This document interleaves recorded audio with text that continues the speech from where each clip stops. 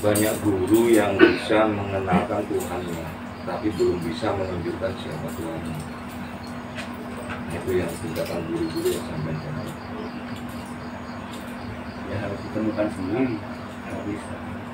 Karena setiap yang memperkenalkan tuh hanya bisa mengatakan, ini kopi saya manis. Ya harus minum sendiri.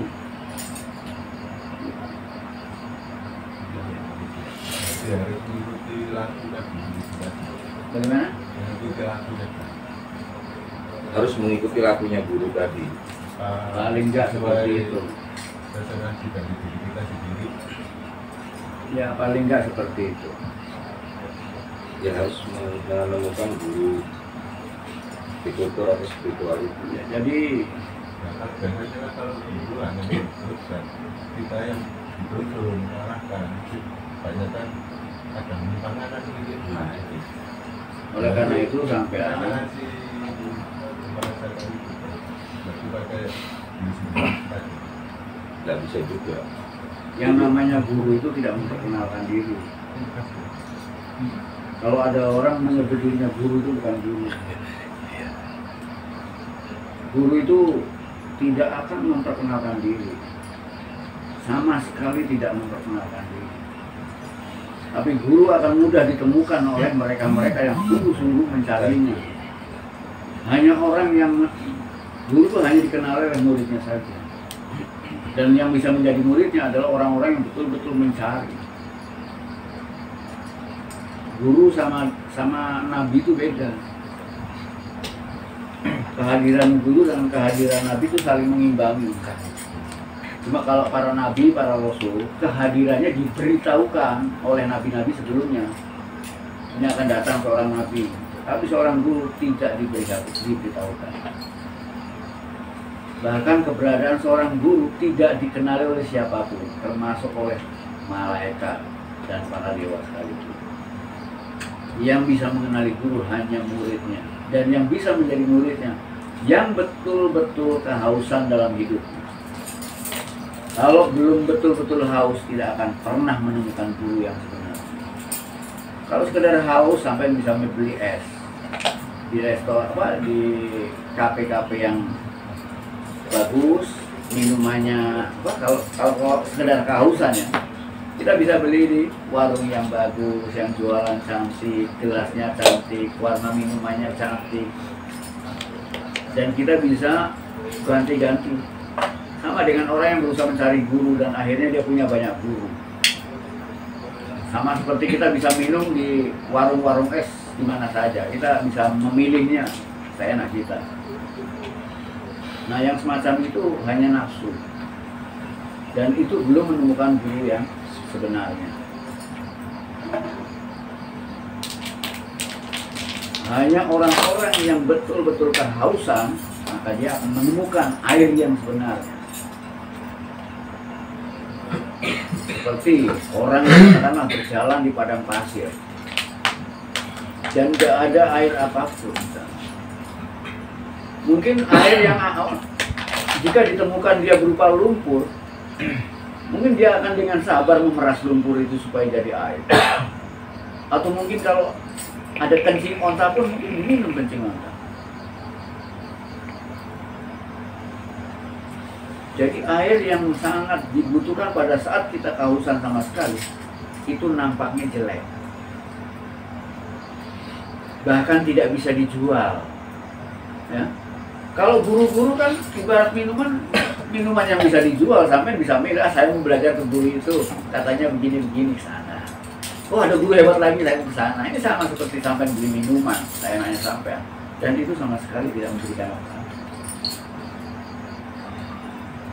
Guru-guru yang semacam itu bukan guru yang sebenarnya. Tapi jika sampai sudah betul-betul kehausan, saat itulah sampai akan dipertemukan dengan guru yang sebenarnya. Biasanya itu ada pada puncak peperangan sampai sendiri. Ketika Anda mengalami kebingungan yang luar biasa, tidak ada jalan lain, Anda di puncak kematiannya itu, Anda ada di titik di mana tidak ada jalan lain kecuali ada dua pilihan, mati atau hidup. Sehingga apapun yang ada, bentuk minuman itu bagaimanapun rupanya, terpaksa Anda minum.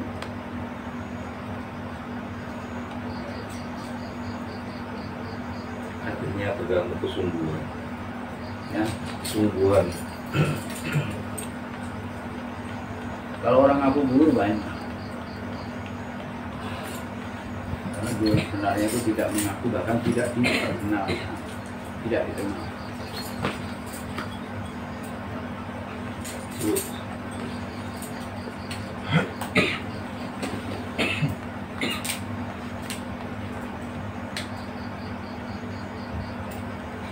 Ada lagi mas yang lain?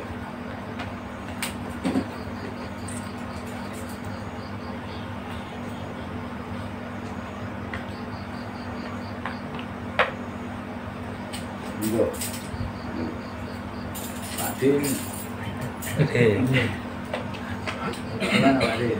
Tadi bedanya di luar itu, Hah? di luar itu. Apa itu? Jodoh. Sekali ngomong dikit, sekali ngomong mesti gak tahu gak Wes sebut. Moga-moga Mas. Belum sewu. Gimana pun di mawon mriki saged mereka saged. Kapan kurang ajar loh ya. Malas loh. Di luar itu. Boleh Pak Di, moga-moga. Jadi kadang saya itu apa? Punya angin-angin gitu ya. Iya. Itu kok nggak lama gitu terjadi. Terjadi. Itu kita nggak di sini tapi di belahan bumi yang lain tuh kok ada yang hampir sama seide gitu. Itu memang ada koneksi atau bagaimana saya nggak. Ya, kejadian itu sampai sendiri yang menciptakan, bukan ada koneksi. Bahkan semua kejadian yang kita alami tidak lepas dari pola pikir itu sendiri, hanya kita tidak menyadari. Itu sepertinya di belahan bumi yang lain juga kok timbul yang sama gitu. Bisa saja. Yang bisa. Iya. Karena keyakinannya terlalu kuat. Nah, Jadi langsung connect. Di zaman berpikiran sing apik-apik ya Pak Di.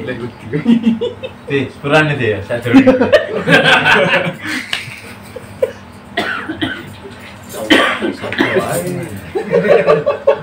Sabtu wae.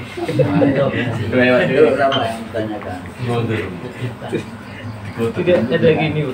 Yang dan saya ini kalau punya keinginan terus sudah kayak merasa ini sudah hampir kejadian gitu, hampir Hampir kena, terpenuhi gitu ya. Itu mesti ada gangguan gitu. Kayaknya yang membatalkan itu. Yang membatalkan itu keraguan sampai sendiri. Iya. Bukan rasanya itu saya tuh merasa ini seperti ini gangguan nih biar nggak jadi. Seperti itu merasa seperti itu. Tapi kadang kok ya dilakoni gitu. Was-was dengan Sugesti was-was sama. dengan Dari pikiran sampai sendiri. Keraguan itu ketika keraguan itu muncul. Makanya kan dibutuh ke semacam apa keteguhan. akal ya. Keteguhan. Jadi keyakinan yang kuat dan tidak berubah-ubah itu akan melahirkan kejadian. Tapi kalau kita goyang dalam keyakinan, maka tidak akan pernah jadi apa-apa. Bahkan ada 6 langkah untuk bisa tercapai. Karena kita sebetulnya diri kita ini pencipta. Tinggal tergantung mampu nggak kita mengenali diri kita sebagai pencipta. Berarti bukan Tuhan pencipta ya. Ya, kalau selama ini yang dikenal orang pencipta adalah Tuhan, kan gitu. Tapi kita nggak tahu siapa pencipta yang sebenarnya. Kan hampir semua agama memperkenalkan Tuhan sebagai pencipta. Kalau Tuhan pencipta berarti Tuhan sibuk ya Nek? Nah, dan itu pengetahuan yang disederhanakan untuk para pemula. Karena agama itu memang adakan untuk para pemula. Nah, para pemula dalam arti yang sebenarnya adalah anak-anak. Jadi agama itu memang untuk anak-anak. Karena apa? Karena yang namanya kebenaran ini nggak bisa diturunkan pada anak-anak. Seorang profesor mampu mengajarkan ilmunya pada seorang anak? Tidak. Jelas harus menyederhanakan pengetahuannya, dan bahkan mungkin dia memberikan kelas untuk anak-anak harus ini.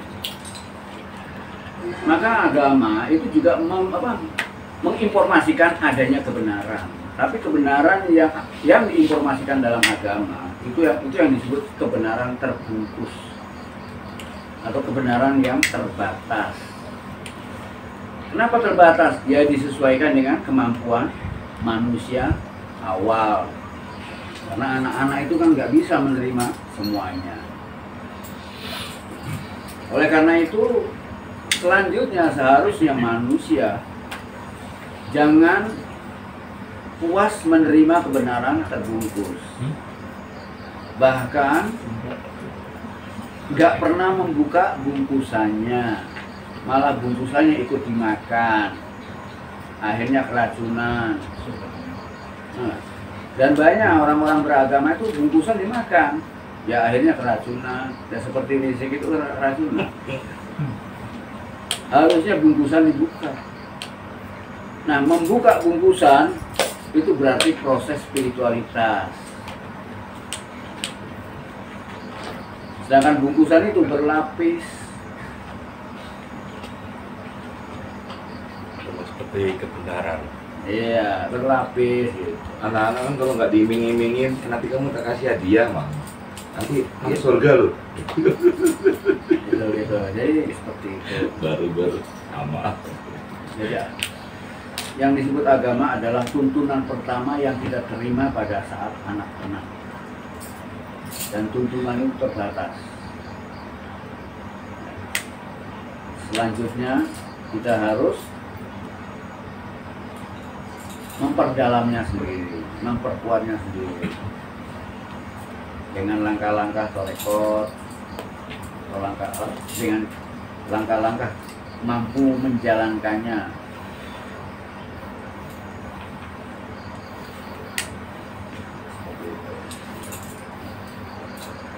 Seperti Kanjeng Syekh Jalaluddin Rumi, ada kata-katanya yang masih saya ingat. Aku bukanlah Muslim, bukanlah Hindu, bukanlah Buddha, bukanlah Nasrani. Aku melewati dan melepas itu semua. Itu sebetulnya kata kiasan yang sudah mencapai. Jadi sudah tidak ada lagi bungkus.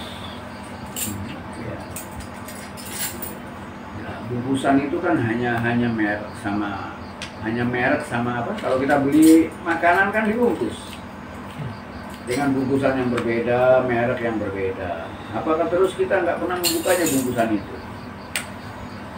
Ada yang orang merasa sayang, jangan dibuka. Justru bungkusan ini identitas yang membedakan Muslim atau bukan.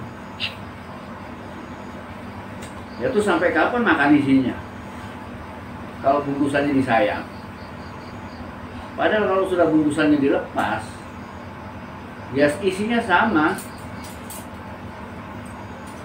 Yang berbeda kan merek sama bentuk bungkusannya.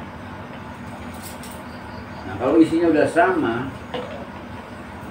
selanjutnya adalah bagaimana menikmati isinya dan bagaimana efeknya sesudah kita menikmati isinya. Nah, kalau orang hanya berhenti pada menikmati bungkusannya, ya akhirnya reker atau ribut tentang bungkusan mana yang baik. Dan itu yang terus-menerus ada. Bahkan peperangan besar pun juga karena akibat perang bungkusan. Apakah kita hanya puas di sana? Buka bungkusannya, nikmati isinya dan bagaimana efeknya buat kehidupan.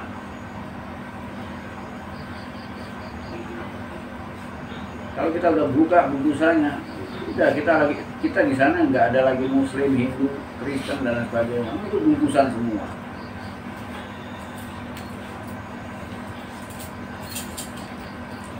Tapi jelas kita harus membuka bungkusan dari kita sendiri, nggak usah buka bungkusannya orang.